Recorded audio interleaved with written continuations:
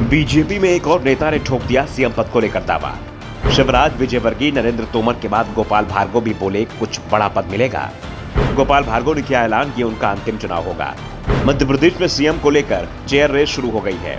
कांग्रेस की ओर से तो इस पद के लिए सिर्फ एक ही दावेदार है और वो है कमलनाथ, लेकिन बीजेपी में दावेदारों की संख्या रोज बढ़ती जा रही है। अभी तक ये संख्या 10 थी, 8 तो चुनाव ही लड़ रहे हैं, जबकि शिवराज सिंह चौहान इस समय सीएम है। उन्हें जोड़ दिया जाए तो संख्या 9 हो जाती है, जबकि सीएम पद के एक और दावेदार ज्योतिरादित्य सिंधिया भी दावेदारों में शामिल माने जा रहे हैं। दावा किया जा रहा है कि बीजेपी उन्हें भी विधानसभा चुनाव लड़ाने पर विचार कर रही है और अब इस सूची में एक और नाम जुड़ गया है। वो नाम है गोपाल भार्गव का। भार्गव ने इशारों में ही सीएम बनने की इच्छा जताई है।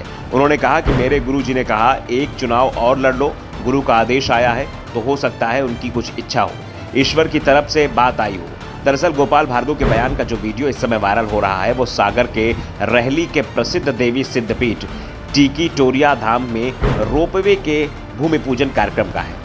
इस कार्यक्रम में गोपाल भार्गव ने कहा, मैं परेशान होता रहा तो गुरुजी ने कहा जब इतने परेशान हुए तो एक बार आप फिर लड़ जाओ, एक बार चुनाव लड़ लो, यह अंतिम चुनाव होगा। ये जो भी गुरु का आदेश है तो निश्चित रूप से मुझे भी लगा कि इस बार जो चुनाव हो रहे हैं किसी को मुख्यमंत्री प्रोजेक्ट नहीं किया जा रहा है, ये नहीं बताया जा रहा है किसे हम मुख्यमंत्री बनाएंगे। जब गुरु का आदेश आया है तो हो सकता है, और मुझे भी लगा कि गुरु की कुछ इच्छा हो, ईश्वर की तरफ से बात आई हो। भार्गव ने कहा कि ऐसा भी नहीं है कि मुझे कोई चाहत है, क्योंकि लोग सरपंच बनने के लिए परेशान रहते हैं, पार्षद बनने के लिए परेशान रहते हैं। भगवान ने तो मुझे सब कुछ बनाया है, नगर पालिका अध्यक्ष बनाया, इतने साल विधायक बनाया, इतने साल मंत्री बनाया, और तो और सबसे बड़ा पद जो मुख्यमंत्री के बराबर होता है मुझे नेता प्रतिपक्ष बनाया। बाद में सरकार बदली, उस समय तो मैं सोचता था कि मुझे नेता प्रतिपक्ष बनाया है।